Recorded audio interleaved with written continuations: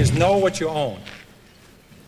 I can't believe how many people own stocks and they couldn't describe to an 11-year-old in 2 minutes or less why they own this thing or what it is. If you actually pin them down and you put a whip to them, they'd say the sucker's going up. That's the only reason they have for, I mean, what do you do if this thing goes from 12 to 9? Do you buy more? Do you walk around the block? I mean, do you call your friends? I mean, what the hell do you do with something like that? People buy this stuff. And I'm talking sophisticated people, unsophisticated people. They don't know what the company is. What's the story? And it's very important to know it because it doesn't always work. And the first thing an investor ought to ask themselves before they buy a stock, even before we get to price and so on, is this within my circle of competence? Now, circle of competence is a very important concept, one of the most important concepts in investing. A person like Warren Buffett would consider something like 95% of stocks outside his circle of competence. And he says that, probably 97, 98% of things that show up on his desk go into a box called the too hard pile. He can't figure them out. Okay, so there's just a sliver of businesses. Now, if Warren Buffett can't figure out 95% of businesses, for the rest of us humans, we can't figure out 99% of them. So most things are going to be outside the circle of competence.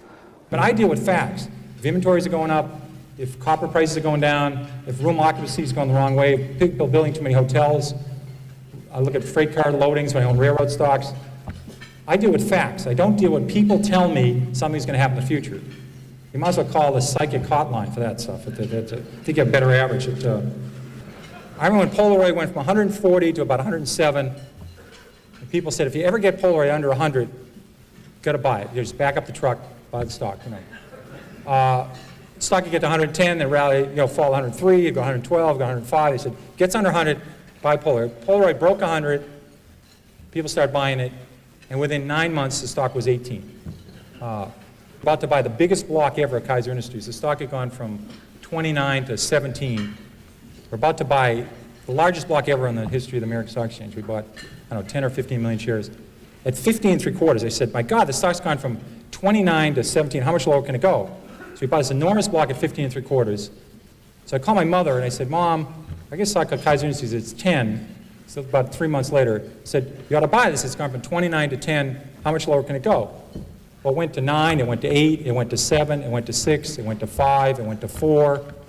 Now, fortunately for me, this happened very rapidly, or I'd be working at the Stop and Shop bagging behind the line instead of Fidelity. So fortunately, this was compressed in only about 6 months. So I had to go to the fund manager and say, I was a little bit early on this at 15 3/4, we call this premature in the business. Had a correction, which is a euphemism for losing a lot of money rapidly.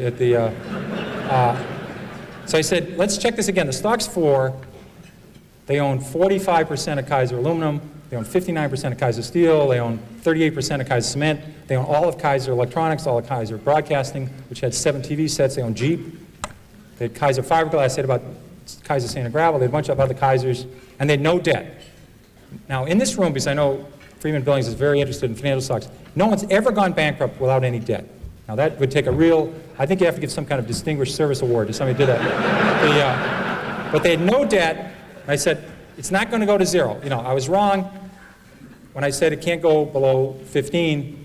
So we hung on, and within 3 years, they gave out the shares in Kaiser Steel, gave out the shares in Kaiser Cement, gave out the shares in Kaiser Steel and Aluminum, and they sold off all the businesses. You got about $55 a share.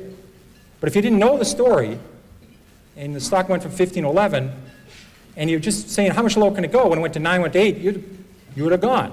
So you can't just say it can't go any lower, because I saw Taco Bell go from 14 to 1 in 1974, and they had no debt and making 60 cents a share.